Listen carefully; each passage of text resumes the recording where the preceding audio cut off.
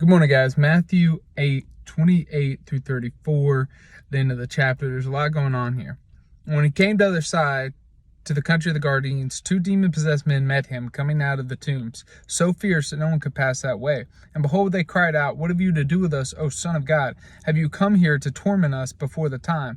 Now a herd of many pigs was feeding at some distance from them, and the demons begged him, saying, "If you cast us out, send us away into the herd of pigs." And he said to them, "Go."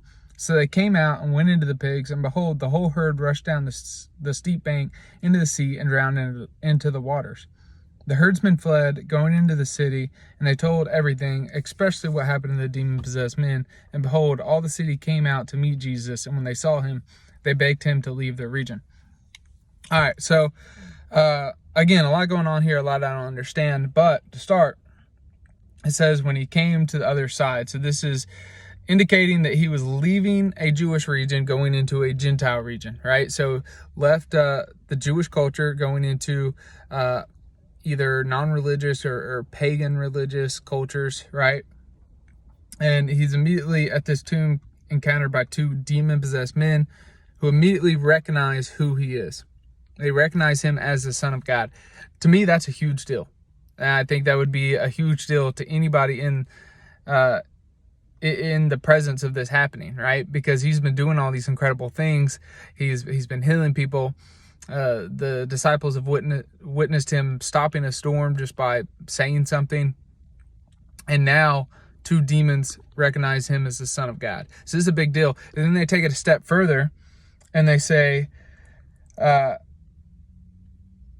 you come here to torment us before the time? The time being Judgment Day, right?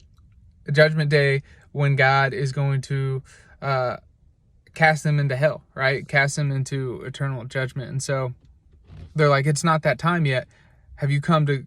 And they're recognizing him with that job. So they're recognizing him as God, which is a big deal. And it's showing us this isn't just a man. This isn't just a prophet. This is God himself in human form.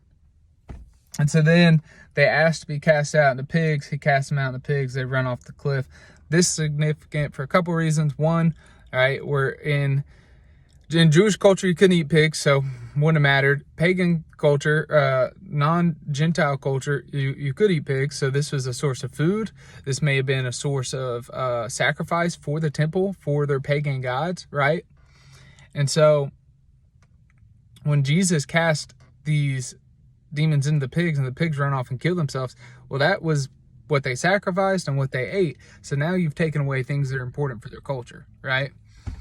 And then two, when he cast them off the cliff and they drown into the water, that's like foreshadowing of what's going to happen in the final days when God defeats Satan and casts him into the lake of fire, right? So we see some foreshadowing here. So then after this happens, the herdmen, they flee, they go to the city, they tell everybody, and then the people in the city come out to meet Jesus and they beg him to leave their region. Now this is the part that gets confusing, right? Why are you begging Jesus to leave this?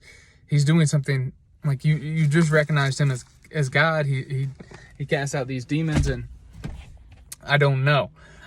Could be part of him taking away their food and they're pissed. It could be just that he's trying to change their way of life, right?